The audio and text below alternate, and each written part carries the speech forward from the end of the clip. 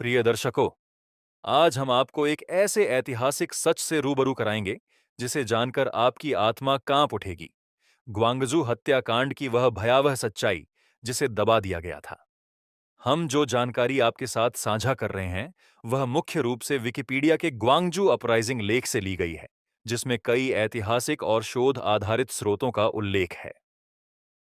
Gwangju विद्रोह और दक्षिण कोरिया की लोकतांत्रिक आंदोलन की पृष्ठभूमि 26 अक्टूबर 1969 को दक्षिण कोरिया के राष्ट्रपति पार्क चुंग-ही की हत्या ने उस तानाशाही शासन का अचानक अंत कर दिया जो उन्होंने पिछले 18 वर्षों तक चलाया था।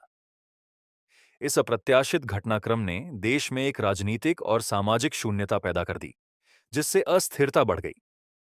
पार्क के उत्तराधिकारी चोई क्यूहा वास्तव में सरकार पर कोई नियंत्रण नहीं रख पाए और इस स्थिति का फायदा उठाकर सेना की डिफेंस सिक्योरिटी कमांड डीएससी के प्रमुख चुन दुहवान ने 12 दिसंबर को तख्ता पलटकर सेना पर पूरी तरह से नियंत्रण स्थापित कर लिया। उस समय सेना और खुद चुन ने इस कदम को राजनीतिक नहीं बताया और ऐसा कहा गया कि चुन का घरेलू राजनीति पर कोई प्रभाव नहीं है। मार्च 1980 में नए शैक्षणिक सत्र की शुरुआत के साथ विश्वविद्यालयों में वे छात्र और प्रोफेसर वापस लौटे जिन्हें पहले लोकतंत्र समर्थक गतिविधियों के चलते निष्कासित कर दिया गया था। इन लोगों ने मिलकर छात्र संघों का गठन किया और पूरे देश में मार्शल लॉ के खिलाफ तथा लोकतंत्रीकरण, स्वतंत्र चुनावों, मानवाधिकारों, श्रमिक अधिकारों और प्रेस की स्वतंत्रता के समर्थन में आंदोलन शुरू कर दिए। ये विरोध प्रदर्शन 15 मई 1980 को सियोल स्टेशन पर हुए एक बड़े प्रदर्शन में चरम पर पहुंचे, जिसमें करीब 1 लाख लोग शामिल हुए। जब प्रधानमंत्री ने प्रदर्शनकारियों से समय मांगा ताकि उनकी मांगों पर विचार किया जा सके, तो छात्र शांतिपूर्वक अपने अपने कॉलेजों में लौट गए। 16 मई को विपक्षी नेता किम डे जुंग और किम यंग सैम ने एक संयुक्त प्रेस कॉन्फ्रेंस की, जिसमें उन्होंने छात्रों की मांगों का समर्थन किया। फरवरी 1980 से ही सेना के कई यूनिट्स को वफादारी प्रशिक्षण नामक कठोर दंगा नियंत्रण अभ्यास के आदेश दिए गए थे।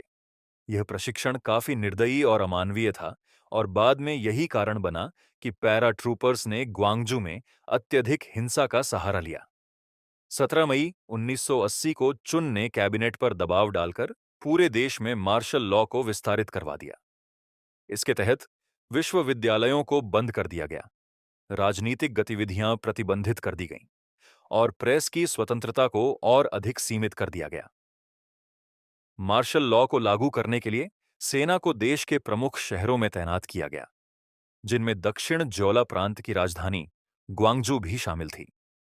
उसी दिन जब छात्र संघ के नेता 15 मई की रैली के बाद की रणनीति पर विचार करने के लिए एकत्र हुए थे, तब डीएससी ने उनके सम्मेलन पर छापा मारा।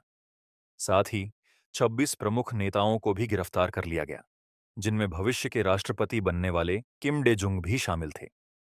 उन पर आरोप लगाया गया कि वे इन प्रदर्शनों को भड़काने में शामिल थे। चुन ने ग्वांगजू को पूरी तरह बाहरी दुनिया से काट दिया और गलत प्रचार करके वहां की घटनाओं को कम्युनिस्टों द्वारा उकसाया गया बताया। ग्वांगजू पहले से ही सरकार विरोधी और लोकतंत्र समर्थक आंदोलनों का केंद्र था, क्योंकि किम डे जुंग इसी दक्षिण जोला प्रांत में पैदा हुए थे और उन्होंने वहीं अपना राजनीतिक आधार तैयार किया था। यह इलाका प्राकृतिक संसाधनों से भरपूर था और ऐतिहासिक रूप से शोषण का शिकार रहा था। साथ ही यह क्षेत्र राजनीतिक विरोध और उदारवादी आंदोलनों से भी जुड़ा रहा है, जैसे डोंगहाक किसान क्रांति 1864 से पेचेंजे, ग्वांगजू छात्र स्वतंत्रता आंदोलन 1929 और योसू सुनचोन विद्रोह 1948। पार्क चुंग-ही के सैन्य शासन 1961-19 के दौरान सरकार ने अपने गृह प्रांत ग्योंगसांग को प्राथमिकता दी और जोला क्षेत्र की उपेक्षा की। ऐसे में जब चुन ने मार्शल लॉ थोप दिया, तो ग्वांगजू में विरोध सबसे अधिक तीव्र और व्यापक रूप में सामने आया। इस सैन्य कार्रवाई में 3 एयरबोर्न ब्रिगेड को अग्रिम मोर्चे पर भेजा गया, जो फ्लैग जैकेट, सफेद पट्टियों वाले पत्तेदार छलावरण हेलमेट और बिना किसी बैज या पहचान चिन्ह वाले सामान्य सेना वर्दी में थे। उनके साथ 20वीं मैकेनाइज्ड इन्फेंट्री डिवीजन और 81वीं इन्फेंट्री डिवीजन को बैकअप के रूप में लगाया गया था। इसके अलावा सीएटीसी की 3 units, army infantry school, artillery school और आर्मर स्कूल ने पूरे ऑपरेशन के दौरान शहर की नाकाबंदी में अपनी स्थिति बनाए रखी। सैनिकों ने शहर के मध्य भाग में प्रवेश किया और केवल 90 मिनट के भीतर नागरिकों की बनाई गई मिलिशिया को कुचल दिया। पुलिस की भूमिका। प्रारंभ में इन प्रदर्शनों से निपटने की जिम्मेदारी नेशनल सिक्योरिटी हेडक्वार्टर के अधीन पुलिस के पास थी, लेकिन जल्द ही वहां पैराट्रूपर्स, 7वीं एयरबोर्न ब्रिगेड तैनात कर दिए गए और अंततः पुलिस को पूरी तरह पीछे हटने का आदेश दे दिया गया ताकि सेना अपना नियंत्रण स्थापित कर सके। ग्वांगजू नरसंहार में सबसे पहले शिकार बनने वालों में कुछ पुलिसकर्मी भी थे।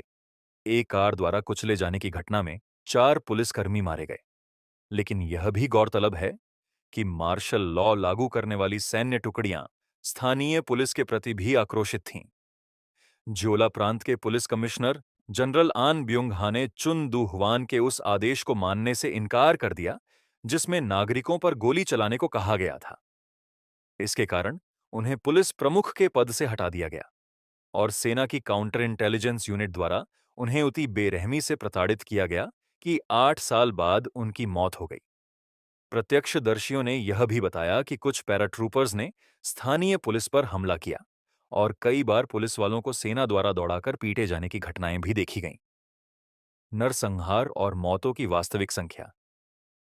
ग्वांगजू नरसंहार के मृतकों की कोई सार्वभौमिक रूप से स्वीकृत संख्या नहीं है।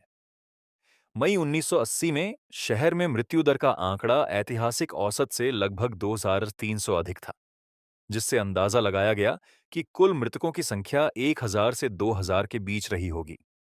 वहीं घायल नागरिकों की संख्या का अनुमान 1800 से 3,400 के बीच रखा गया है। सरकारी मार्शल लॉ कमांड ने घटना के तुरंत बाद जो आधिकारिक आंकड़े जारी किए, उसमें बताया गया कि 144 नागरिक, 22 सैनिक और 4 पुलिसकर्मी मारे गए और 127 नागरिक, 109 सैनिक और 144 पुलिसकर्मी घायल हुए। लेकिन इन सरकारी आंकड़ों को सार्वजनिक रूप से चुनौती देने वालों को झूठी अफवाहें फैलाने के आरोप में गिरफ्तार किया जा सकता था। मेठाडा फैमिली एसोसिएशन के अनुसार 18 मई से 27 मई के बीच कम से कम 165 लोग मारे गए, जबकि 76 लोग अब भी लापता हैं और मृत माने जाते हैं। इस नरसंहार में 22 सैनिक और 4 पुलिसकर्मी मारे गए, जिनमें से 13 सैनिकों की मौत अपनी ही सेना की गोलीबारी में सोंगम डोंग इलाके में हुई थी। कुछ रिपोर्टों के अनुसार पुलिस द्वारा प्रदर्शनकारियों को छोड़ने के कारण कुछ पुलिसकर्मियों को भी सैनिकों ने मार डाला, जिससे पुलिस की हताहत संख्या और अधिक होने की संभावना है। अमेरिकी भूमिका और गलत प्रचार। ग्वांगजू नरसंहार के बाद कई वर्षों तक यह धारणा बनी रही कि अमेरिका को इस हिंसा की जानकारी थी या उसने इसे समर्थन दिया था। लेकिन गोपनीय दस्तावेजों के डिक्लासिफिकेशन के बाद यह साफ हो गया कि अमेरिका की ओर से न तो कोई मिली भगत थी और न ही किसी प्रकार की भागीदारी। अमेरिकी सरकार ने आधिकारिक रूप से इस आरोप का खंडन किया कि वह इस नरसंहार में शामिल थी। चुन दू हुआन की सैन्य तानाशाही सरकार ने अपने हिंसक दमन को उचित ठहराने के लिए लोकतंत्र समर्थक प्रदर्शनकारियों को कम्युनिस्ट विद्रोही बताने की झूठी कहानी घड़ी, जबकि इन लोगों का उत्तर कोरिया से कोई संबंध नहीं था। साथ ही सरकार ने यह झूठ भी फैलाया कि अमेरिका उनकी कार्रवाई का समर्थन करता है ताकि आम जनता को भ्रमित किया जा सके और आंदोलन को कमजोर किया जा सके। लेकिन सच्चाई यह थी कि ग्वांगजू में जो हुआ वह एक क्रूर सैन्य दमन था, जिसे दुनिया ने धीरे धीरे जाना, समझा और अंततः आज यह घटना दक्षिण कोरिया के लोकतंत्र की नींव में दर्ज एक दर्दनाक लेकिन प्रेरणास्पद अध्याय बन चुकी है।